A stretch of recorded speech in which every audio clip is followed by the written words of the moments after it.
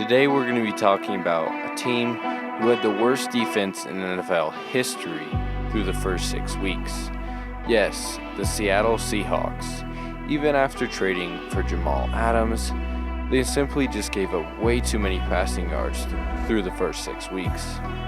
But guys, since then, they've really cleaned up their act and have become one of the NFL's best defenses. And I'll be breaking that down for you guys in this video. First things first, I do not think the Jamal Adams trade was a bust. I think it was a great trade, and although they've been allowing this many yards through the first 6 weeks, it's not Jamal's fault, and he's a great playmaker when he's on the field. He just broke the record for most sacks by a defensive back in NFL history. He has 8.5. And oh, by the way, he only played 9 games. And if you can't do the math, that's a sack per game. And although the Seahawks did give up quite a bit for him, I think he's definitely worth it in the long run.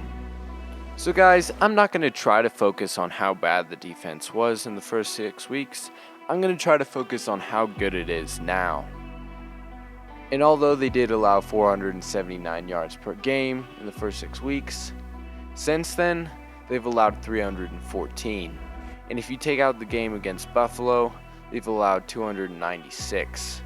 Guys, that's a top 5 defense. They also lead the NFL in sacks since week 7 with 27. They were 23rd in the first 6 weeks, with 9 sacks through those first 6 games.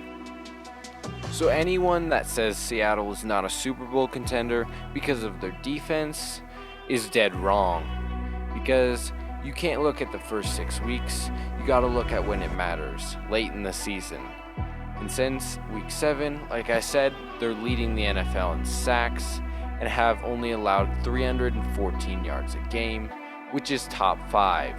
And since week 7, they've had both their corners on and off, and their best pass rusher questionable regularly with a foot injury. So guys, you tell me, is 314 yards a game not enough? How about 14 points a game? Is that not enough to make a team a Super Bowl contender? I don't care what they did through the first 6 weeks, because Russell Wilson's performance of having 30 touchdown passes single-handedly in those weeks was plenty enough to get them to 5-1. Okay guys, if you've made it this far in the video, I'm sure you've been enjoying it, so make sure to hit the like so more people can see this video and others like it in the YouTube algorithm. Okay, let's get back into the content. Guys, I don't honestly know why the defense gave up so much. And it could be that the opposing offenses were playing from so far behind because of Russell Wilson's MVP performance that they were just having to throw down the field every single play. But I also think it was definitely play calling, and I'm not a big fan of our defensive coordinator, Ken Norton. He was our former linebacking coach and was the defensive coordinator for the Raiders before getting fired. And he really hasn't done great anywhere he's gone. He's a great linebacking coach, but shouldn't be a defensive coordinator. And guys, since Jamal Adams has come back from injury and we traded for Carlos Dunlap, we seem to be way more of a Super Bowl contender than we looked through the first 5 weeks. And although the offense has sputtered some, I'm sure we can still get back to our number 1 form, and Russell Wilson will continue to play lights out. Well guys, I want to know your thoughts. Why do you think the defense gave up so many yards in the early going?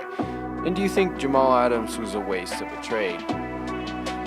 Comment your opinion down below, as well as give me your thoughts on what you think the Seahawks will do this season.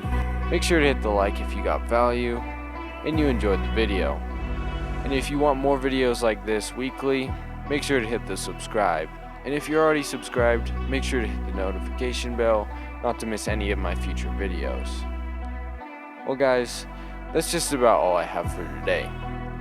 But make sure you guys go watch some of my other videos, and I'll see you guys next time.